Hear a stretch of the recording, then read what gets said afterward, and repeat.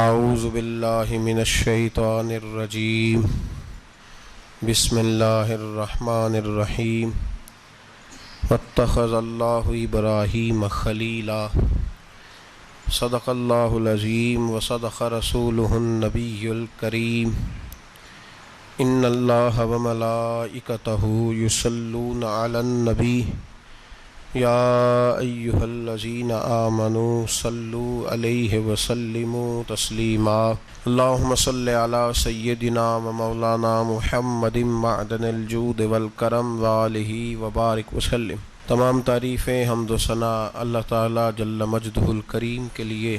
زاں بعد درود و سلام نبی محترم شفیع محتشم آقا کل ختم رسول دانائے سبل احمد مجتبیٰ جناب حضرت محمد مصطفیٰ صلی اللہ تعالیٰ علیہ وسلم کی ذات والا صفات کے لیے حمد و صلات کے بعد، عزیز دوستو، بزرگوں اور بھائیوں، حضرت سیدنا ابراہیم خلیل اللہ علی نبینا علیہ الصلاۃ والسلام کا تذکرہ قرآن مجید نے کئی جگہوں پہ بیان فرمایا ہے۔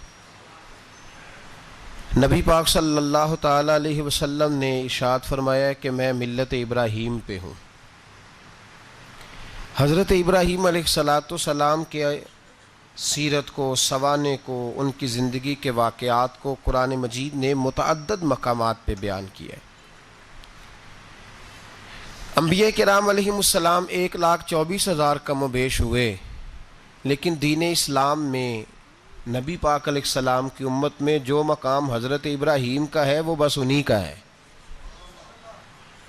ان کی زندگی ایک بڑی خوبصورت، بڑی منفرد اور مسلمانوں کے لیے بڑی اسوہ نور دینے والی زندگی ہے۔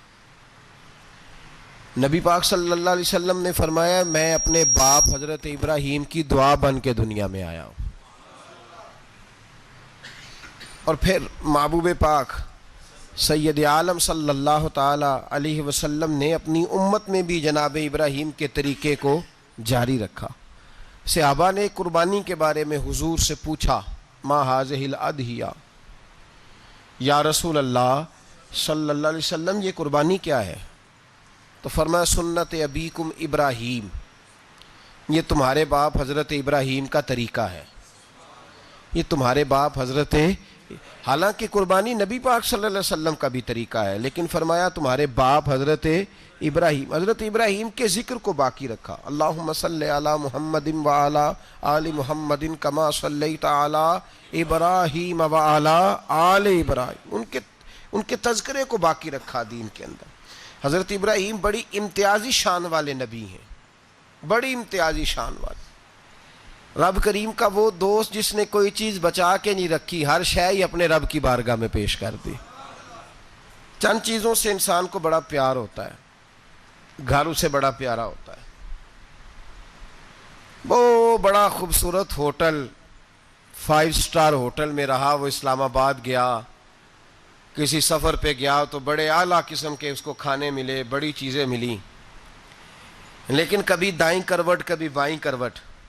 تو ساتھ بیڈ پہ دوست تھا تو اس نے کہا صاحب سو جاؤ، تو اس نے کہا یار جو مزہ اپنے گھر میں سونے کا ہے وہ کسی اور جگہ تھوڑی ہے۔ گھر بڑا پیارا ہوتا ہے، انسان کو لگاؤ ہوتا ہے، جس بے تکلفی سے، سکون سے، آرام سے انسان اپنے گھر میں وقت بتاتا ہے، کہیں اور مشکل ہو جاتا ہے۔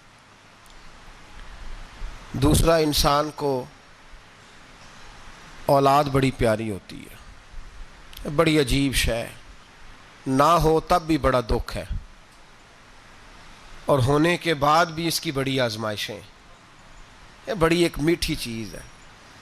اولاد ایک بڑا عجیب سا میوہ ہے، پتہ نہیں یہ کس انجیکشن کا نام ہے کہ چھاتی پر چڑھ جائے تو اللہ سکون عطا فرما دیتا ہے، پتہ نہیں کس ٹھنڈی دولت کا نام رب کریم نے اولاد رکھا ہے، بڑی پیاری ہوتی ہے اولاد۔ پھر تیسری چیز انسان کی اپنی جان ہے، اور یہ اتنی قیمتی شے ہے کہ اللہ کریم نے فرمایا کہ اگر تیری گردن پہ کوئی آدمی پستول رکھ کے، تلوار تیرے گلے پہ رکھ کے کہے نا کہ رب کا انکار کر دے ورنہ مار دوں گا، تو فرمایا وقتی طور پہ میری ذات کا انکار کر پر جان بچا جا۔ اگر تو مرنے کے قریب ہو گیا ہے اور حرام شے کھائے بغیر تو بچ نہیں سکتا، مر جائے گا، تو فرمایا چل تو اس طرح کر، حرام کھا کے جان بچا. پر جان بچانا فرض ہے، ضروری ہے. وطن بڑا پیارا، اولاد بڑی پیاری، جان بڑی پیاری. پر حضرت ابراہیم سے رب کریم نے فرمایا چل ابراہیم کوئی چیز دے، تو کہا یا اللہ تینوں ہی تیرے نام پہ قربان کرتا ہوں، تیری ہوئی ساری، ہر شے تیری. حضرت ابراہیم نے دین کے لیے، آپ شہر بابل کے قریب پیدا ہوئے تھے، وہاں سے مصر آئے، مصر سے فلسطین آئے، اور فلسطین سے آ کر کے کعبہ آباد فرمایا. زندگی سفروں میں گزری. سفر ایک تکلیف والی چیز ہے، پر حضرت ابراہیم نے وطن چھوڑ دیا، گھر چھوڑ دیا. جان بڑی عزیز ہوتی ہے. اصل میں نا جب انسان جد و جہد کرتا ہے نا دین کے لیے، تو اس کے رستے میں بڑی چیزیں آتی ہیں. کبھی اولاد، کبھی گھر، کبھی باہر، کبھی حکومتیں، کبھی سیاستیں، کبھی چدراہٹیں. اس کے رستے میں بڑا کچھ آتا ہے اور اسے ہر چیز کو فیس کرنا پڑتا ہے. گھر کے اندر بھی جنگ ہوتی ہے اور گھر کے باہر بھی لڑائی ہوتی ہے. یہ آسان ہے ہی نہیں. ہم تو خیر ہتھیار چھوڑ کے پھینکنے والے لوگ ہیں، ہم بھولے بھالے لوگ ہیں. ہم کہتے ہیں میں نے تو کہا تھا مہندی نہ کرو، پر بیٹے نہیں مانے، بولے جو ہوئے. اسی طرح حالانکہ اگر وہ بیٹا کہے نا کہ ابا جی لاؤ زندگی میں سارا کچھ میرے نام کرو، تو پھر ہم بولے نہیں ہوتے، اور اس وقت ہم تیز ہوتے ہیں، کہتے ہیں یہ کیسے ہو سکتا ہے، ہاتھ کاٹ کے دے دوں.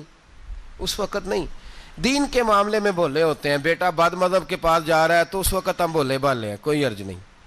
لیکن اگر وہ اپنی پسند کی شادی کرے ہمیں کراس کر کے، پھر ساتھ ہی ہم تیز ہو جاتے ہیں. تو حضرت ابراہیم نے جب دین کے لیے نکلے تو جد و جہد کی، گھر کے اندر بھی گھر کے باہر بھی. آپ کے والد کا نام طارق ہے، وہ توحید پرست تھے، ایماندار تھے، پرہیزگار تھے. آپ کے چچا کا نام آزر ہے، وہ بت پرست تھے، بت بیچا کرتے تھے. حضرت سیدنا ابراہیم علیہ السلام جب میدان عمل میں نکلے تو حضرت ابراہیم علیہ السلام نے اپنے گھر سے جہاد شروع کیا. لڑنا پڑا. گھر کے اصولوں سے، چچا نے جو رواج بنائے ہوئے تھے اس رواج سے ٹکرائے. فرمایا میں اپنے گھر کے اندر یہ بت پرستی نہیں ہونے دیں گا. چچا کو ایک دفعہ نہیں، بار بار 100 دفعہ سمجھایا. آپ کا چچا بت بنا کے بیچا کرتا تھا. حضرت ابراہیم علیہ السلام تھوڑے بڑے ہوئے تو کہنے لگا کہ چلو میرے ساتھ، تم بھی بت بیچنے ہیں، ہمارا کاروبار ہے. حضرت ابراہیم ساتھ نکلے تو بت پکڑا ہے، گندے پانی کے اندر اس بت کو ڈبوتے ہیں. کہتے ہیں کسی نے خریدنا ہے تو خرید لو، نہ یہ نفع دے سکتا ہے نہ نقصان دے سکتا ہے. جو اپنا آپ نہیں بچا سکتا تمہیں کیا بچائے گا، خریدنا ہے تو خرید لو. چچا کہنے لگا تو کاروبار چمکا رہا ہے کہ تباہ کر رہا ہے. گھر میں بڑے معاملات خراب ہوئے، جھگڑے ہوئے، لیکن حضرت ابراہیم علیہ السلام ایک منٹ کے لیے بھی اپنے گھر کے اندر بھی کمپرومائز کرنے کو تیار. یہ تھوڑا مشکل میں نے پہلو چھیڑ دیا ہے، یہ تھوڑا مشکل پہلو چھیڑ دیا ہے. بڑا سمجھدار آدمی ہے پر بیوی سے پردہ نہیں کرا سکتا. سیانا ہے، پنچایت کا بندہ ہے، جو اس سے آپ کہیں گے وہ بات یہ سنائے گا، لیکن کہتا ہے نہیں جی میں نے کوشش کر لی ہے. کس قسم کی کوشش ہے صاحب، یہ کیسے ہو گیا؟ حضرت ابراہیم علیہ السلام نے گھر کے اندر سے فرمایا نہیں کرنے دوں گا. گھر کے اندر بھی ٹکرائے. فرمایا تم جو بھی ہو، پاش پاش کیا چچا کے اصولوں کو. اور باہر جب نکلے تو صرف علاقے کے چیئرمین سے نہیں ٹکرائے، ایم پی ایم این اے وزیر مشیر سے نہیں ٹکرائے. سپر پاور نمرود دنیا کا واحد حکمران تھا اس وقت، دوسرا کوئی حکمران ہی نہیں تھا. اکیلے حکمران سے جا کر ٹکرائے. کوئی ساتھ فوج نہیں تھی، کوئی ساتھ ان کے طاقت بظاہر دنیا داری کی کوئی نہیں تھی. پر حضرت ابراہیم جا کے ٹکرائے اور میرے رسول پاک صلی اللہ علیہ وسلم نے سند بیان کی. فرمایا افضل الجہاد کلمۃ الحق عند سلطان الجابر. فرمایا سب سے افضل جہاد یہ ہے کہ تو ظالم بادشاہ کے سامنے کھڑے ہو کے حق بات بیان کر دے. یہ سب سے بڑا جہاد ہے. یہ سب سے افضل الجہاد کلمۃ الحق عند سلطان الجابر، سب سے بڑا جہاد. حضرت ابراہیم کھڑے ہو گئے، سپر پاور سے ٹکرائے. یہاں ہم لوگ حکمتوں کا شکار ہیں، دیکھیں گے، کریں گے، سوچیں گے، اور مولوی صاحب کو ویسے کہتے ہیں آپ پرہیز کریں سیاسی باتوں سے. بھئی اللہ کے ہر نبی نے جا کے وقت کے ظالم حکمران کو لتاڑا ہے, للکارا ہے. یہ تو مشن انبیاء ہے. حضرت سیدنا ابراہیم علیہ السلام نے جو اس کو جا کے کہا کہ تو جھوٹ بولتا ہے, تو جھوٹا ہے, تو خدائی کا دعویٰ کرتا ہے, تو بہت بڑا ظالم ہے. اور قرآن مجید نے اس ساری بات کو بیان فرمایا ہے. حضرت ابراہیم علیہ السلام سے کہنے لگا میں رب ہوں. تو آپ نے فرمایا میرا رب تو وہ ہے جو زندہ کرتا اور مارتا ہے. تو پھر آپ حق بات بیان کریں گے تو اللہ مارے گا کہ بندہ مارے گا؟ کچھ بھی نہیں ہوتا, کیونکہ زندگی موت کس کے ہاتھ میں ہے؟ اللہ کے ہاتھ میں. زندگی موت اللہ, کچھ بھی نہیں ہوتا. انسان صحیح سمت کا تعین کرے اور صحیح چلے. حضرت علی شیر خدا سے کسی نے کہا تھا کہ آپ کے بڑی دشمنی ہے, کوئی محافظ رکھ لیں. آپ فرمانے لگے موت خود بہت بڑی محافظ ہے, وقت سے پہلے آتی ہی نہیں. بڑی محافظ ہے, وقت سے پہلے. علامہ نورانی رحمۃ اللہ تعالی علیہ کراچی جیسے شہر میں رہا کرتے تھے, جہاں گام پہ خطرہ تھا. لوگوں نے کہا حضرت اتنے بڑے لیڈر ہو, آپ کی جماعت کی 62 سیٹیں ہوئیں قومی اسمبلی میں, ایک ایسا وقت بھی آیا تو کوئی ایک آدمی بندوق والا. آپ فرمانے لگے مجھے ضرورت ہی نہیں, اس لیے کہ جس خدا رسول کے لیے میں نکلا ہوں وہ خود ہی حفاظت کرنے والے ہیں, ضرورت نہیں ان چیزوں. تو بھائی حضرت ابراہیم ٹکرائے, اور آپ کا انداز کیا ہے؟ جا کے کہا کہ تو نہیں, خدا وہ ہے جو زندہ کرتا. اور اس نے ایک بیوقوفوں جیسی دلیل دی. ایک آدمی کو کل پھانسی دینی تھی تو اس کو بلایا, کہنے لگا تجھے کب پھانسی ہے؟ اس نے کہا کل. کہنے لگا جا تجھے آزاد کیا, زندگی دی, اس کو چھٹی دے دی. ایک عام آدمی بیچارہ بیٹھا تھا, اس کو پکڑ کے نا کہنے لگا اس کی گردن اڑا دو. کہنے لگا دیکھ لو میں بھی زندہ کرتا اور مارتا ہوں, وہ جو کل مرنے والا تھا میں نے زندہ کر دیا ہے, اور جس کو پتہ ہی نہیں تھا کہ میں نے مرنا ہے اسے پکڑ کے میں نے مار دیا ہے. یہ بیوقوفوں جیسی دلیل ہے. حضرت سیدنا ابراہیم علیہ السلام چاہتے تو اسی وقت دلیل توڑ دیتے کہ تو کیا بیوقوفوں جیسی بات کر رہا ہے, اگر تو زندگی دیتا ہے تو مرے ہوئے میں جان ڈال کے دے جس کو تو نے مارا ہے.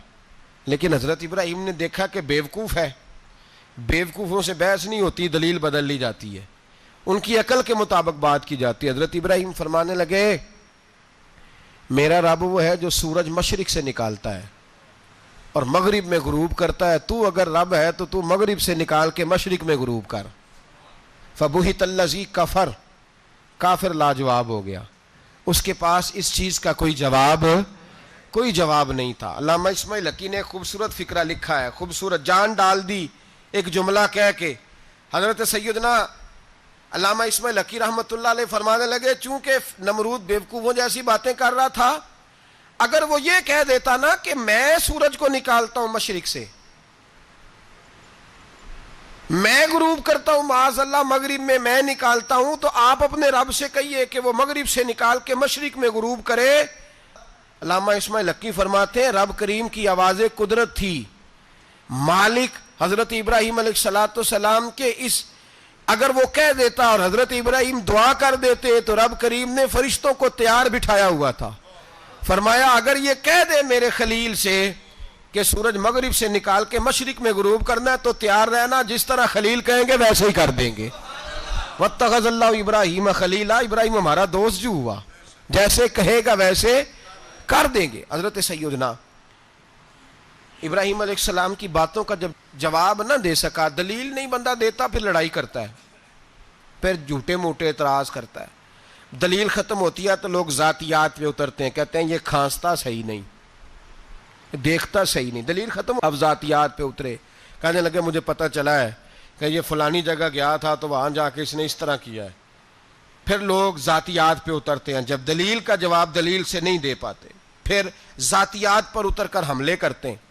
حضرت ابراہیم کے دلائل کا جواب نمرود نہ دے سکا تو کہنے لگا کہ اس کو آگ میں ڈال دو. قوم گئی ہوئی تھی ساری, آپ نے بات سنی ہوئی ہے, میں نے صرف اشارہ دینا ہے, میلے پہ. تو حضرت سیدنا ابراہیم علیہ السلام نے سارے بت توڑ دیے, کلاڑا بڑے بت کی گردن پہ رکھا. واپس آئے, کہنے لگے بت کس نے توڑے ہیں؟ تو فرمایا اس سے پوچھ لو جس کی گردن پہ کلاڑا ہے. کہنے لگے یہ تو بول ہی نہیں سکتا. تو فرمانے لگے بڑے بیوقوف ہو, جو بولتا ہی نہیں, سنتا ہی نہیں, اپنا آپ نہیں بچا سکتا, اس کی پوجا کرتے ہو. کہنے لگے پکڑو, دلیلیں ختم ہو گئی, اس کو آگ میں ڈالو.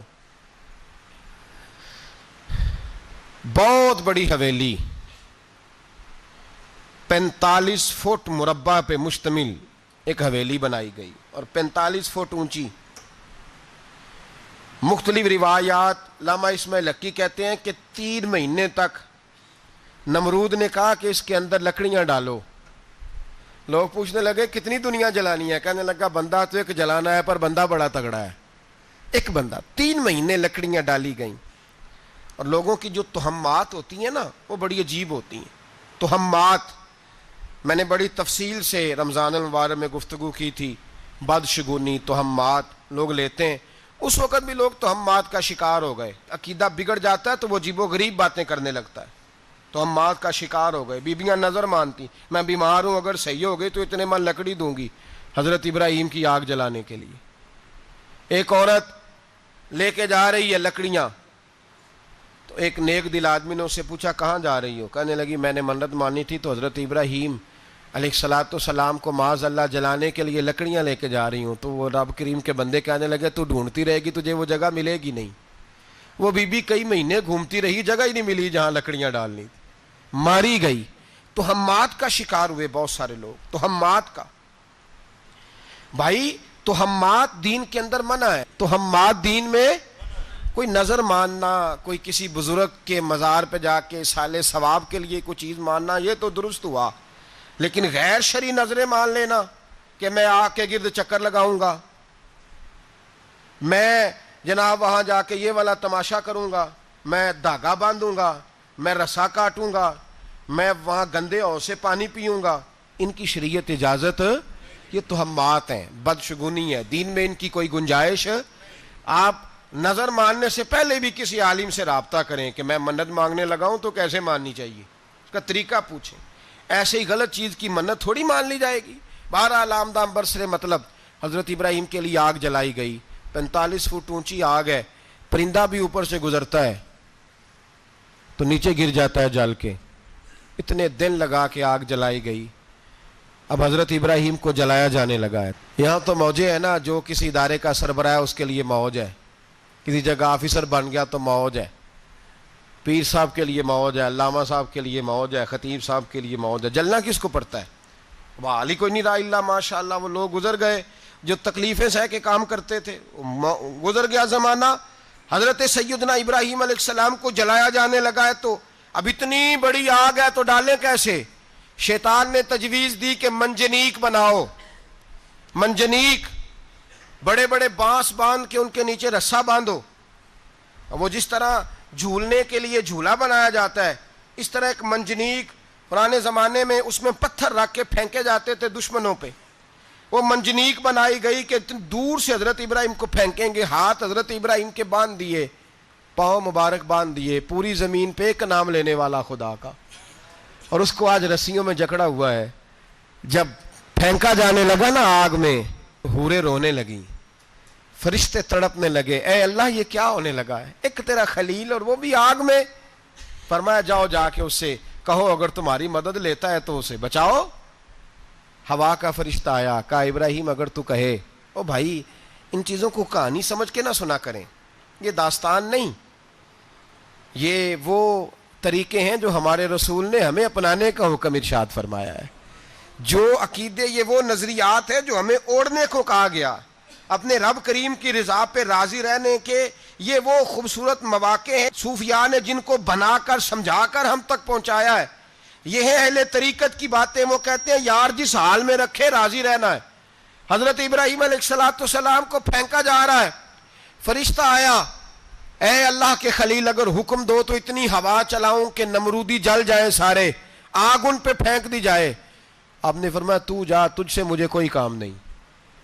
تھوڑی دیر کے بعد پانی کا فرشتہ آیا، کہا حضور اتنی بارش برساؤں گا کہ آگ بجھ جائے گی. فرمایا تو جا، تجھ سے کوئی کام نہیں. اب جب منجنیق میں رکھ دیے گئے، آگ میں جانے کا لمحہ ہے، تیاری ہے، حضرت جبریل امین حاضر خدمت ہوئے. کہا ابراہیم کوئی حاجت؟ فرمایا تجھ سے کوئی نہیں.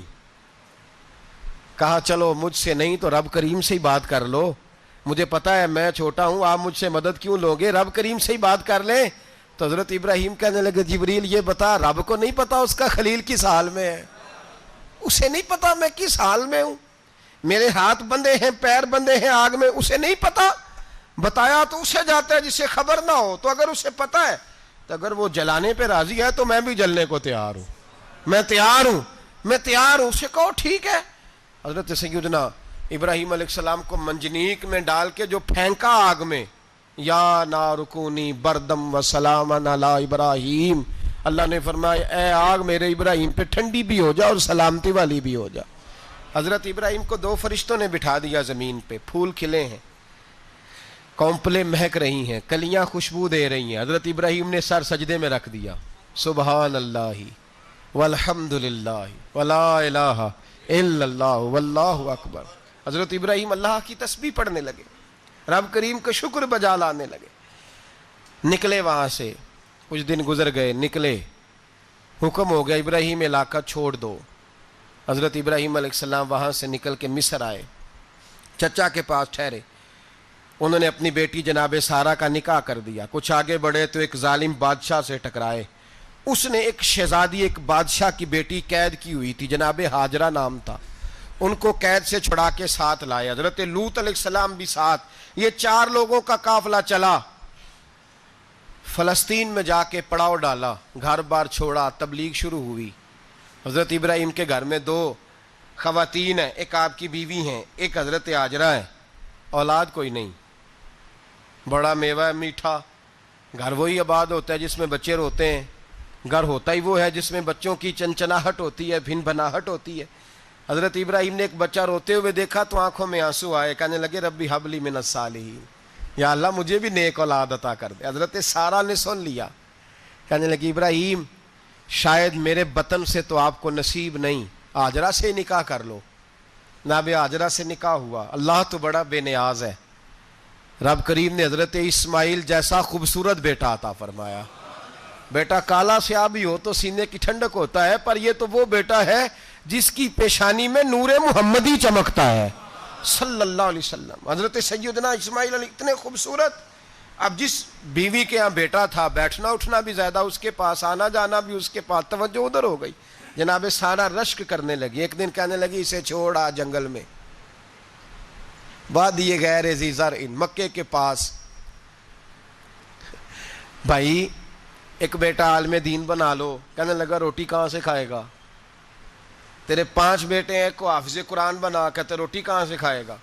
وہ بچہ بھی کہتا ہے میں کہاں سے کھاؤں گا؟ حضرت ابراہیم علیہ السلام تو چند مہینے کا بچہ چھوڑ آئے، تو کہاں سے روٹی کھائی حضرت اسماعیل نے؟ کہاں سے کھائی ان کی اماں نے روٹی؟ بھوکے مر جاتے ہیں یہ سارے۔ میں بڑی ذمہ داری سے کہا کرتا ہوں کہ جتنی خوبصورت روٹی اللہ کریم دین کے خادموں کو عطا کرتا ہے شاید کسی اور کے نصیب ہوتی ہو، لیکن ہم لوگ توجہ ہی نہیں کر رہے، ہمارا ذوق ہی نہیں بن رہا، ہم یہ محنت ہی نہیں کر رہے کہ قوم کو مستند علماء کی ضرورت ہے، علاقوں کے علاقے خالی ہیں، ادھر ہمارا مزاج ہی نہیں بن رہا، توجہ ہی نہیں دین کی خاطر۔ اور پھر چلے بچے تو بعد کی بات ہے نا، جو ابھی خود جوان ہے وہ بھی یہ دعا، ایک صاحب مجھے کہنے لگے میں دعا مانگ رہا ہوں اللہ مجھے بیٹا دے تو میں اسے دین پہ لگاؤں گا، تو میں نے کہا آپ بھی بوڑھے نہیں ہوئے، آپ خود ہی لگ جائیں، بیٹا تو ابھی آئے گا تو لگے گا نا، تو آپ تو اس وقت ہے تو آپ تو پہلے لگے نا صاحب، 2 گھنٹے تو نکال کے آئے، دین سیکھنے کو کافی ہے۔ آپ اتنی لمبی سوچ رہے ہیں کہ بچہ آئے گا تو بڑا ہوگا تو وہ جائے گا تو دیکھی جائے گی، ابھی تو آپ ہیں تو آپ تو آؤ۔ حضرت ابراہیم نے بچہ وہاں چھوڑا۔ یہاں سے جو عمرہ کرنے لوگ جاتے ہیں نا، جو حج کرنے جاتے ہیں، ان کو پتہ ہے کہ وہاں دنیا کی ہر نعمت ملتی ہے، پھر بھی ڈبل ٹرپل پیسے لوگ جیبوں میں ڈال کے جاتے ہیں۔ حضرت ابراہیم جب وہاں لے کے گئے تو کوئی انسان نہیں تھا، پانی کا قطرہ نہیں تھا، 2 کلو کھجوریں، ایک مشکیزہ، بیوی کو تھمایا۔ ہمارے گھر میں ہزاروں چیزیں پڑی ہیں، لیکن وہ جو توکل ہے نا وہ ختم ہو گیا ہے۔ اللہ دے گا، حلال حلال پہ قناعت کرے، جائز جائز پہ بھروسہ کرے، رب کریم عطا کرنے والا ہے، وہ مزاج ختم ہو گیا۔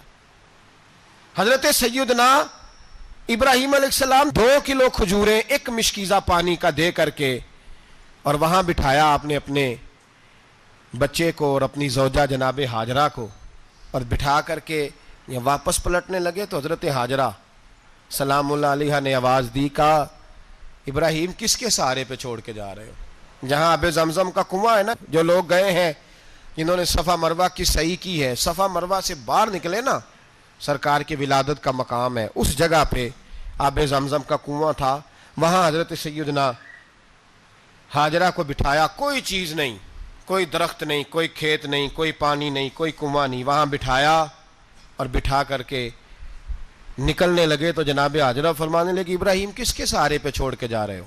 کہنے لگے اللہ کے سہارے پہ۔ تو پاک باز بی بی نے ایک لفظ پوچھا، کہا ابراہیم یہ میرے رب کا حکم ہے، یہ میرے، بس جن کا عقیدہ توحید مضبوط ہو ان کے لیے ایک جملہ کافی ہوتا ہے، یہ میرے اللہ کا حکم ہے۔ تو جناب ابراہیم علیہ السلام فرمانے لگے ہاجرہ ہاں رب کا حکم ہے۔ جب یہ لفظ کہے تو چاہیے تھا نا حضرت ابراہیم تسلی دیتے، تو بی بی صاحبہ تسلی دینے لگی، عرض کرنے لگی ابراہیم اگر اللہ کا حکم ہے تو پھر آپ ہماری فکر نہ کرنا، اگر یہ رب کا حکم ہے تو پھر ہماری فکر نہ کرنا، جس رب نے ہمیں یہاں تک پہنچایا ہے وہ ہمیں کبھی بھی ضائع نہیں فرمائے گا، پھر فکر نہ کرنا۔ حضرت ابراہیم آ گئے، بات آپ نے سنی ہوئی ہے، اشارہ کرنا مقصود ہے۔ 13 سال میں چلے مان بھی لیا جائے بعض روایات کی روشنی میں کہ آتے جاتے بھی رہے، لیکن مکمل دیکھ بھال اپنے بچے کی پرورش میں پورا حضرت ابراہیم علیہ السلام کا کردار، سارا کردار ماں کا تھا۔ میں جب خواتین کے بارے میں کوئی بات کرتا ہوں تو میں آپ کو اکثر کہتا ہوں کہ یہ صرف بیوی کے لیے حکم نہیں ہوتا، یہ ٹریننگ بیٹی کو دینی ہے اور بہن کو دینی ہے، یہ تربیت کریں اپنے گھر میں۔ میں تجربے کی روشنی میں یہ بات عرض کیا کرتا ہوں کہ بھائی بچے باپ کے فرما بردار اس وقت ہوتے ہیں جب اماں انہیں باپ کا فرما بردار کرتی ہے، اور بچے باپ کے نافرمان بھی تب ہوتے ہیں جب اماں انہیں باپ کا۔ میں نے اپنے کانوں سے سنا ایک دفعہ ایک بچہ اپنے باپ سے کہہ رہا ہے آپ نے تو ساری زندگی باہر گزار دی، پیسے کمانا کون سا مشکل کام ہے، دکھ سکھ تو سارے اماں نے برداشت کیے، سکولوں میں وہ جاتی تھی، فلانا کام وہ کرتی تھی، فلانا کام۔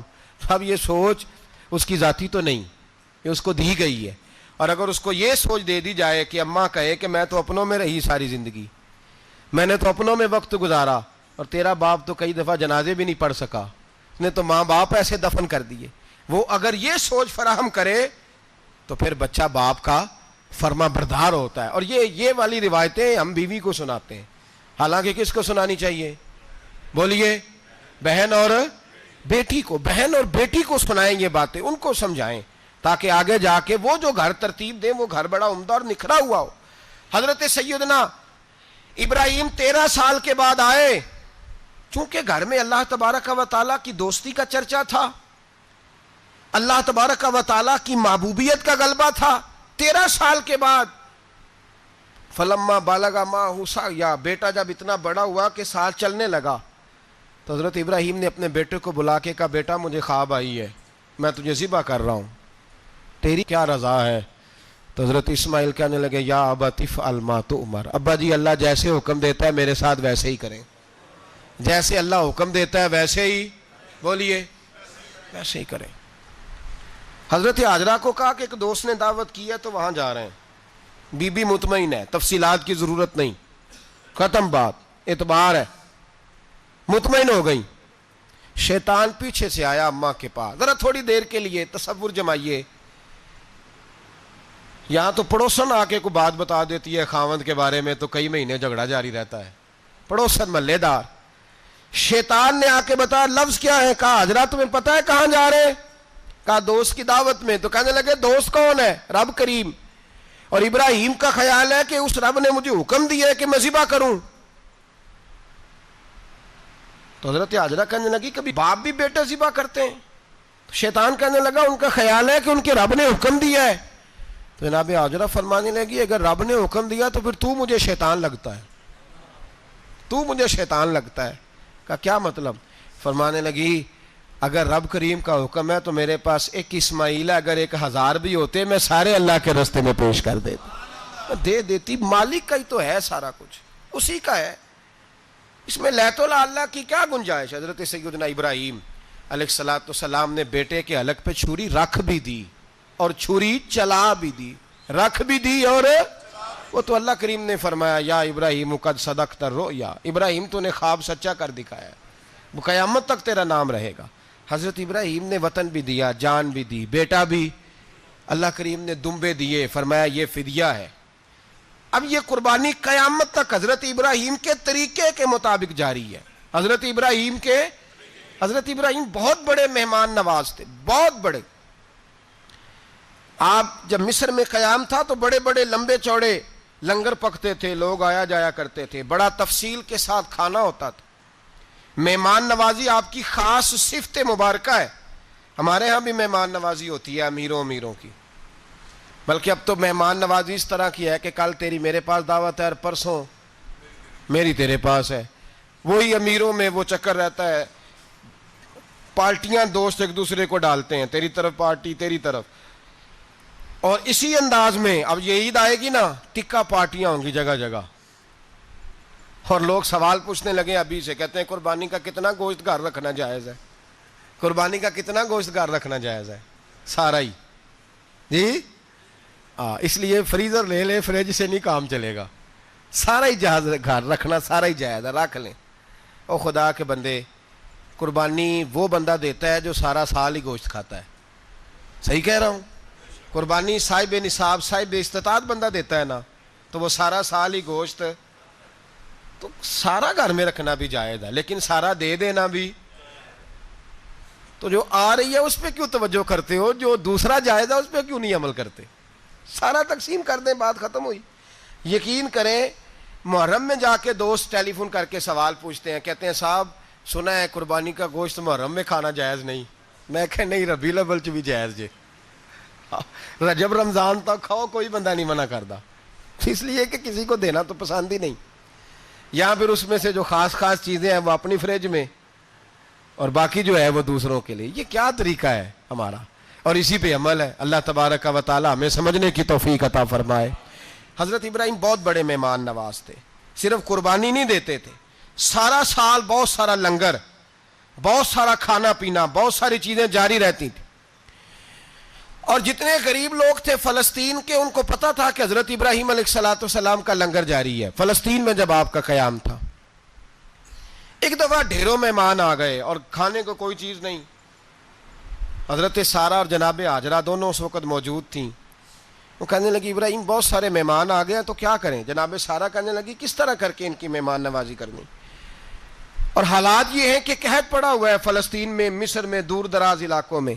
تو حضرت ابراہیم کہنے لگے یہ اللہ کے مہمان ہیں اور ہمیں رب کریم کا بندہ سمجھ کے آ گئے, اللہ ہی بندوبست کرے گا. فرمانے لگے میرا مصر میں ایک دوست ہے, وہ قحط کے دنوں میں غلہ جمع کر لیتا ہے, میں اس کی طرف پیغام بھیجتا ہوں, مجھے امید ہے وہاں سے غلہ ملے گا. 2-3-5 اونٹ والے غلام بلائے اور ان کو کہا کہ جاؤ غلہ لے آؤ مصر کے دوست سے. وہ لوگ کہتے ہیں ہم غلہ لینے گئے, وہاں جب پہنچے تو حضرت ابراہیم خلیل اللہ علیہ السلام کا پیغام دیا تو آپ کا وہ دوست کہنے لگا غلہ تو بے شمار تھا, مجھے خبر نہیں تھی کہ حضرت ابراہیم کا پیغام آئے گا, تو میں تو سارا تقسیم کر چکا ہوں, لوگ لے گئے, اب تو کوئی شے نہیں. اب وہ خالی آ گئے 5 کے 5 اونٹ. جب خالی آئے تو حضرت ابراہیم کی حویلی کی دیواریں چھوٹی چھوٹی تھیں. ان غلاموں میں سے, خادموں میں سے, آپ کے ان چاہنے والوں میں سے ایک کہنے لگا یار وہ غریب تو انتظار کر رہے ہوں گے کہ غلہ لینے گئے ہیں, ہمیں روٹی ملے گی. چھوٹی چھوٹی دیواریں ہیں, وہ جب دیکھیں گے نا خالی آ گئے تو انہیں تکلیف ہوگی. اس طرح کرو بوریوں میں ریت بھر لیتے ہیں, ریت بھر کے لے جاتے ہیں, بعد میں اندر رکھ کے انہیں سمجھا بہلا لیں گے یا حضرت ابراہیم کو بتائیں گے, وہ خود ہی ان لوگوں کی دل جوئی فرمائیں گے. اب غلہ کی جگہ ریت بھر کے اونٹوں پہ رکھ کے لائی گئی. لا کے بوریاں جب رکھ دی گئیں, حضرت ابراہیم علیہ السلام دوپہر کے وقت آرام فرما رہے تھے. بی بی سارہ اٹھی, کہتی ہیں جب میں نے دیکھا نا کہ بوریاں پہنچ گئی ہیں تو گئی, غلام کو ساتھ لیا اور اس کو جب کھولا نا تو کہتی اتنی حسین گندم میں نے پہلے کبھی دیکھی نہیں تھی, اتنا پیارا دانہ میں نے کبھی ملاحظہ ہی نہیں کیا تھا. فرماتی ہیں جب اس کو پیس کر چکی میں روٹیاں پکائیں تو خوشبو دور دور تک پھیل گئی, اعلیٰ غذا بنی, بڑے بڑے کھانے بیبیوں نے مل کے پکائے, چن دیے گئے. حضرت ابراہیم اٹھے تو لوگ کھانا کھا رہے ہیں, سجدہ شکر ادا کیا, اور جب سجدے میں گئے تو وہی آنے لگی, پھر رونے لگے. جب پلٹ کر باہر تشریف لائے تو جناب سارہ کہنے لگی ابراہیم تمہارا مصری یار بڑا اچھا ہے, اس نے اتنی اعلیٰ گندم بھیجی ہے کہ اتنی تو میں نے پیاری گندم کبھی دیکھی نہیں. جناب ابراہیم مسکرائے, فرمانے لگی سارہ یہ مصری یار نے نہیں بھیجی، یہ میرے عرشی یار نے بھیجی ہے، یہ میرے عرشی یار نے بھیجی ہے۔ بھائی مہمان نوازی مزاج تھا، ہاتھ لٹا دینا مزاج تھا، دوسروں کی اشک شوئی مزاج تھا۔ حضرت ابراہیم علیہ السلام کا طریقہ ہے قربانی، حضور نے ان کا طریقہ بیان کیا۔ اگر سال کے بعد قربانی دینا ان کا طریقہ ہے تو سارا سال غریبوں کو روٹی دینا بھی حضرت ابراہیم کا طریقہ ہے، سارا سال غریب کی نوکری کرنا یہ بھی حضرت ابراہیم کا طریقہ ہے، بھوکے کو کھانا کھلانا یہ بھی۔ میرے مصطفیٰ کریم سید عالم صلی اللہ علیہ وسلم سے صحابہ نے پوچھا حضور بہترین مسلمان کون ہے؟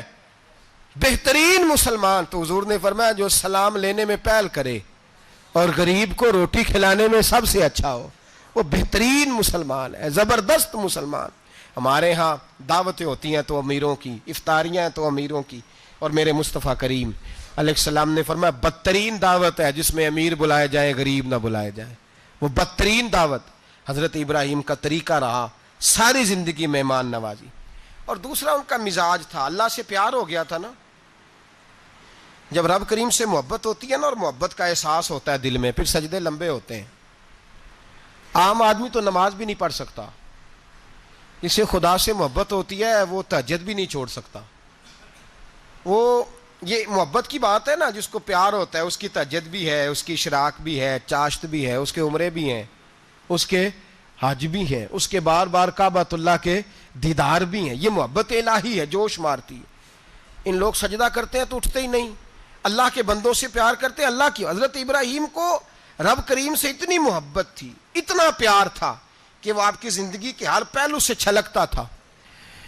ایک وقت ایسا آیا کہ اللہ تعالیٰ نے حضرت ابراہیم کو بہت زیادہ مال عطا فرمایا، اتنے اونٹ گنے نہیں جاتے، گائیں اتنی زیادہ کہ شمار نہیں ہوتی، بکرے بکریاں اتنی زیادہ کہ شمار، بہت زیادہ مال اللہ نے عطا فرمایا۔ اور ابھی کچھ عرصہ پہلے آپ پیچھے جائیں نا تو جو لفظ مال تھا وہ روپے پہ تو بولا ہی نہیں جاتا تھا، وہ جانوروں پہ بولا جاتا تھا۔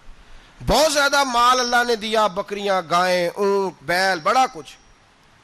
تو رب کریم نے فرشتوں سے فرمایا کہ وَاتَّخَذَ اللَّهُ ابراہیم خلیلا، ابراہیم میرا دوست ہے۔ تو فرشتے کہنے لگے یا اللہ جسے اتنا کچھ دیا جائے اس نے دوست تو بننا ہی ہوتا ہے، تو نوازا ہی بڑا ہے، اتنا مال، اتنے کھیت کھلیان، اتنا کچھ۔ اللہ کریم نے فرمایا جاؤ آزمائش کر لو، امتحان لے لو۔ فرشتہ امتحان لینے پہنچ گیا۔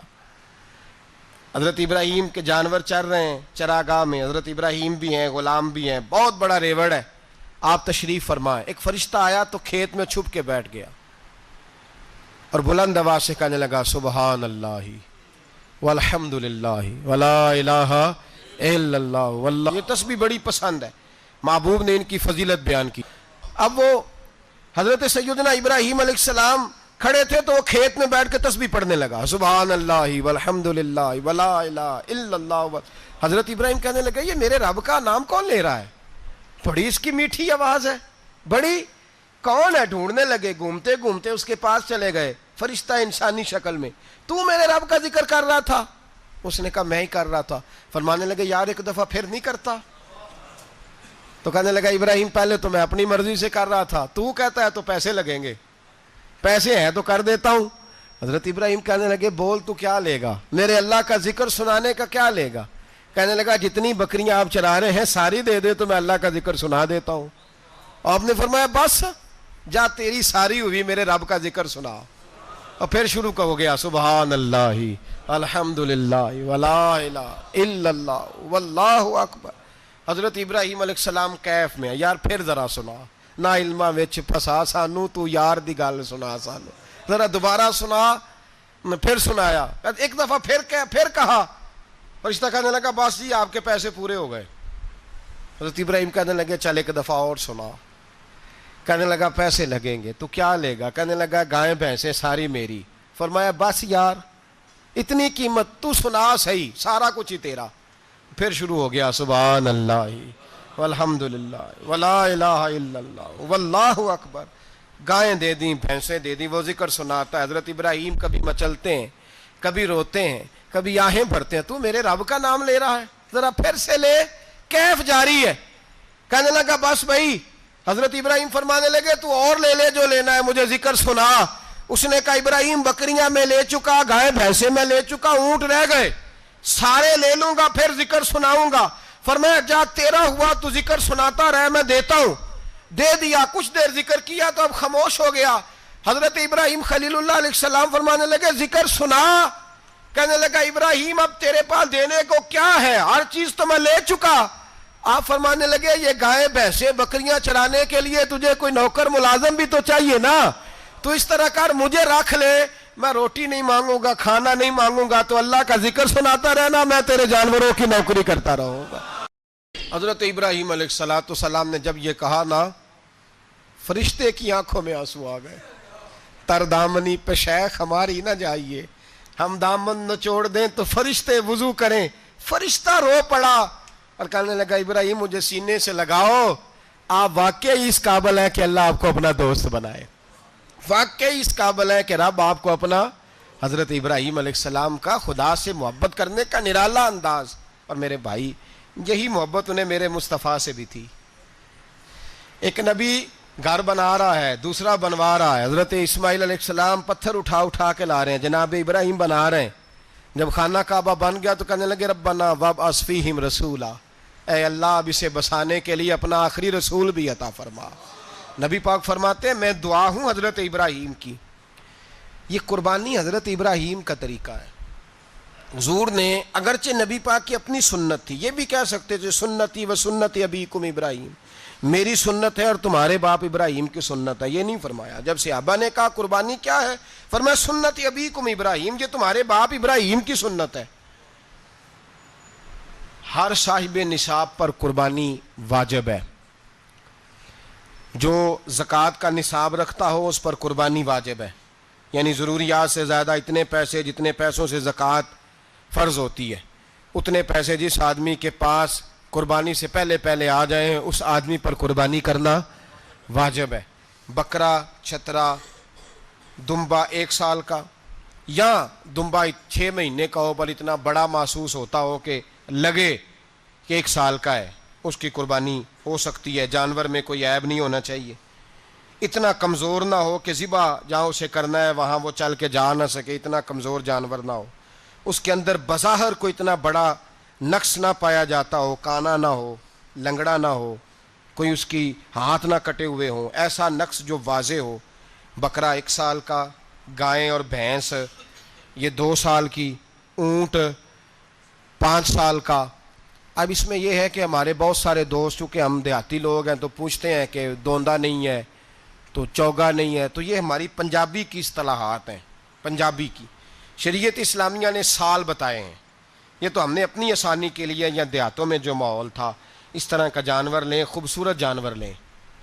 جو نصاب ہے وہ بھی میں نے آپ کو بتایا, لیکن ایک اور پہلو بھی ہے. نبی پاک صلی اللہ علیہ وسلم پہ زکوٰۃ کبھی فرض نہیں ہوئی, کبھی حضور پہ زکوٰۃ فرض نہیں ہوئی.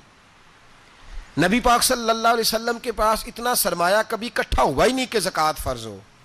لیکن نبی پاک کے صحابہ فرماتے ہیں کہ مدینے کے 10 سالوں میں اللہ کے رسول نے ہر سال قربانی فرمائی ہے, ہر سال قربانی دی. اور جس سال حضور حج کرنے گئے اس سال اللہ کے نبی نے 63 اونٹ ذبح فرمائے. اور حضور صلی اللہ علیہ وسلم جب اونٹ ذبح کرنے لگتے نا تو صحابہ کہتے ہیں اونٹ خود دوڑ کے حضور کے سامنے آ کے لیٹ جاتا, اور نبی پاک اسے ذبح کرتے اور فرماتے ہیں ایک دوسرے کو دھکے دیتے اونٹ کے, پہلے میں نے جانا ہے ذبح ہونے کے لیے, پہلے میں نے. انہیں پتا تھا کہ جو مصطفیٰ کے ہاتھوں ذبح ہوگا وہ تو دائمی زندگی پا جائے گا, یہاں بھی وہاں بھی زندہ. 63 اونٹ ذبح کیے. ایک اونٹ میں کتنی قربانیاں ہوتی ہیں؟ 7. اب 63 کو 7 سے ضرب دو گے تو کتنی بنے گی؟ اور پھر نبی پاک صلی اللہ علیہ وسلم نے 10 سال مدینہ منورہ میں قربانی دی, ہر سال. اب وہ 63 اونٹ, ایک اونٹ میں 7 قربانیاں, ہر سال یہاں قربانی. اور مولا علی شیر خدا فرماتے ہیں نبی پاک 2 قربانیاں دیتے. میں نے کہا حضور 2 جانور ذبح کر رہے ہیں آپ, تو حضور نے فرمایا ایک میری طرف سے ایک میری امت کی طرف سے, غریبوں کی طرف سے. اور حضرت علی کو حضور نے وصیت فرمائی تو 2 دیا کرے گا.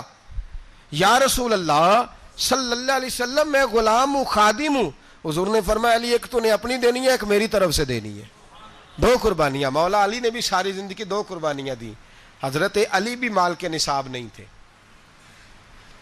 اپنا مکان ہی نہیں تھا, کوئی کاروبار نہیں تھا, کئی دن فاقے رہتے تھے. پر قربانیاں کتنی دیتے تھے؟ 2۔ ہمارے پاس ویسے اگر سسرال میں، میکے میں، کزنوں میں کچھ شادی ہو جائے تو 50-60 ہزار کا خرچہ برابر ہے، وہ پکا ہے۔ اور قربانی کی باری غریب ہو گئے، سارے ہی غریب ہو گئے، کہتے نہیں یہاں مشکل ہے۔ او خدا کے بندے، اللہ کے ساتھ تجارت کر، اس کے رستے میں 1 دے گا، رب تجھے 70 گنا اضافہ کے ساتھ عطا فرمائے گا۔ قربانی مال کے نصاب پہ ہے۔ کوشش کیا کریں کہ اللہ کے رستے میں جب دینا ہو پھر لیت اللہ سے بچیں، خوبصورت جانور لائیں۔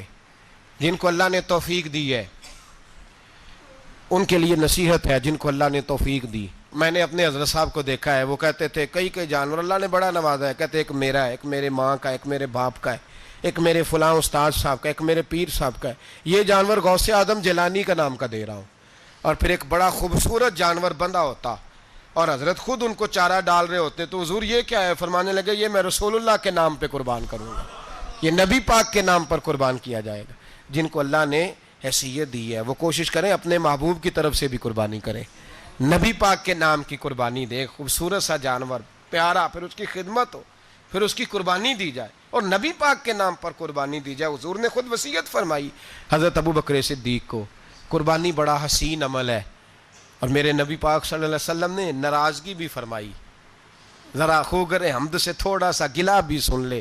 میرے حبیب نے فرمایا جو طاقت کے باوجود قربانی نہ کرے وہ ہماری عیدگاہ میں عید کی نماز پڑھنے نہ آئے، وہ نہ آئے۔